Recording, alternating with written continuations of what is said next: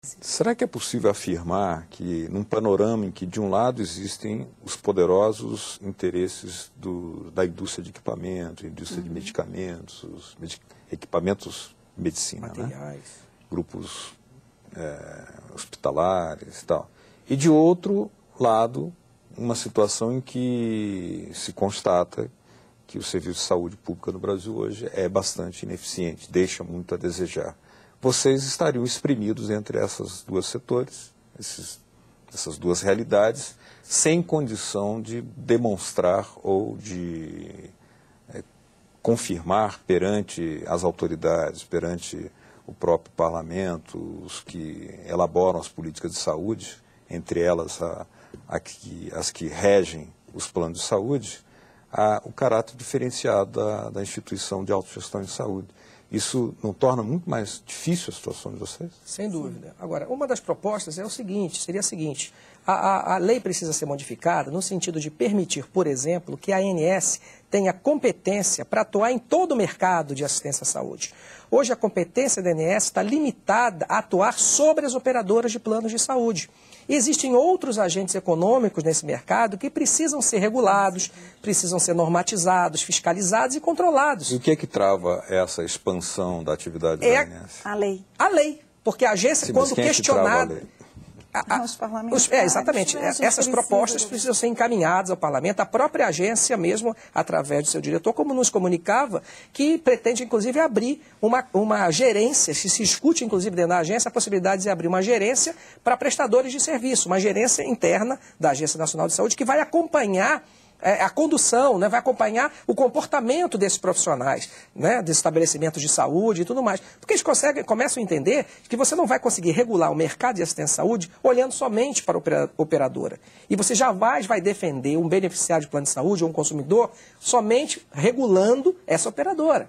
Porque essa operadora, como você mesmo ressaltou, ela está no meio dessas forças. Né? Ela simplesmente é um reflexo. Se ela compra um produto caro, ela vai ter que necessariamente repassar esse produto caro. Né? Então essa é a nossa preocupação como autogestão, que nós voltamos a insistir. Nós não temos finalidade lucrativa. Nosso benefício é de caráter social, é de valorização do empregado. Mas vai chegar um ponto que as empresas também não têm condições de suportar esse desembolso cada vez maior. Porque, inclusive, uma empresa, por exemplo, que atua no mercado, que coloca um produto no mercado, o custo da assistência à saúde começa a se tornar pouco atrativo para essa empresa. Porque, a exemplo da GM, que teve problemas seríssimos aí com relação aos seus empregados ativos e inativos, né? O problema da Ford, que perderam competitividade com as indústrias japonesas, por exemplo. Né? Por quê? Porque os custos de assistência à saúde e de previdência privada estavam tão grandes que estavam engolindo as fatias. O produto da Ford e da GM chegava mais caro que o mesmo produto similar que a Toyota colocava no mercado. Então essas empresas vão chegar ao momento e dizer o seguinte, olha, eu não tenho responsabilidade, eu não tenho obrigação de oferecer ao meu empregado uma assistência à saúde. Eu pago meus impostos, pago meus tributos, essa assistência então tem que ser dada através do Estado. Ou então eu vou pagar um determinado valor e meu empregado então que contrate um plano de assistência à saúde. Cabe a ele fazer isso. Então eu limito o valor, né? Então eu não banco o risco junto com ele. Eu limito o valor do repasse. Eu coloco lá no contra-cheque dele um determinado valor e ele que contrate o plano que bem entender. Se puder contratar. Outra estratégia nossa é fazer uma aproximação também com os parlamentares, né? Mostrar a realidade da autogestão, que é diferenciada e que alguma coisa tem que ser feito na questão da lei. E na questão da lei, só os parlamentares podem ajudar nesse processo. Então, há aí uma estratégia nesse ano de fazer uma aproximação maior com os parlamentares, trazendo a realidade da autogestão, o que está acontecendo na autogestão e o que a gente está fazendo, né? Porque praticamente a gente tem que fazer algumas mágicas para continuar sobrevivendo nesse setor. Então, trazer as nossas iniciativas, o que a gente está fazendo de diferente, né, para poder sensibilizá-los, convencê-los e aí partir para alguma mudança efetiva na legislação. Agora, mesmo havendo até a presença de empresas públicas, né, Banco do Brasil e outras, Caixa Econômica, Petrobras, né, nesse sistema de autogestão em saúde suplementar, nós podemos afirmar que caso houvesse uma outra realidade, que seria uma situação de um sistema de saúde eficiente no Brasil, toda essa discussão cairia por terra, nós não estaríamos nem discutindo isso aqui. Essa discussão, essa crise só existe porque não há uma segurança de de saúde para a população do seu conjunto. E hoje, população com plano de saúde, de 20% da população brasileira, é um percentual muito pequeno. 20% da população hoje 20%. tem algum plano de saúde. Vocês representam 5 milhões apenas. 5 milhões, isso. Do mercado todo, esses 20% do mercado todo de saúde suplementar, a gente representa 15%.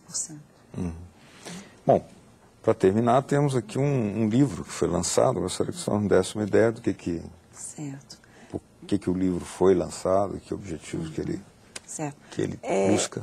É uma iniciativa pioneira, né? Porque a gente hoje vem falando muito que a gente precisa parar de tratar doenças. A gente precisa parar de gastar somente tratando doenças. A gente tem que cuidar da saúde do nosso beneficiário, de melhorar a qualidade de vida do nosso beneficiário.